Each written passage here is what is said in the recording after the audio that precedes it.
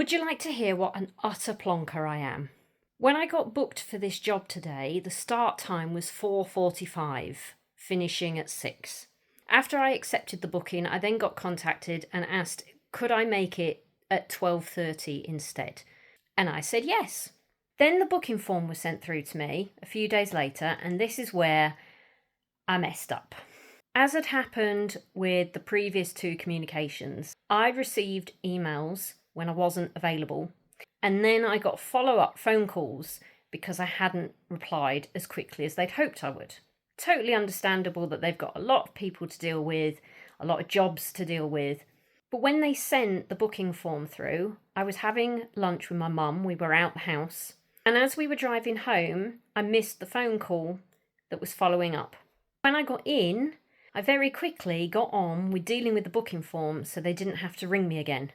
But because I was dealing with it so quickly, I didn't read it properly.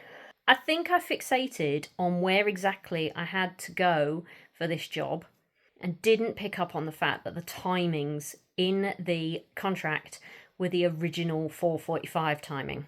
So today I have turned up 4 hours early. I have ended up sitting in another scene that I shouldn't have been in. I won't get paid for it, but I just thought, well, I might as well be doing something.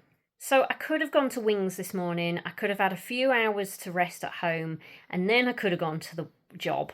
But on the plus side, I got to meet some new people.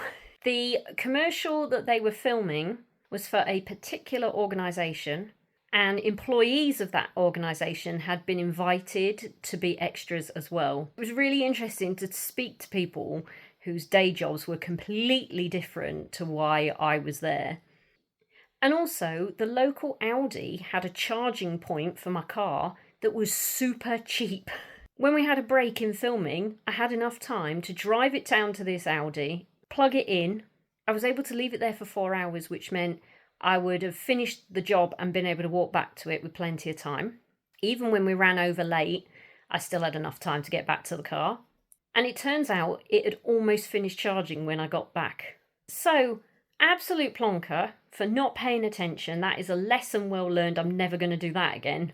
But at least there were plenty of positives to being at work early. Anyway, so I'm home now. Bobby's walked. I've got my dinner in the air fryer. Now I'm going to enjoy the evening.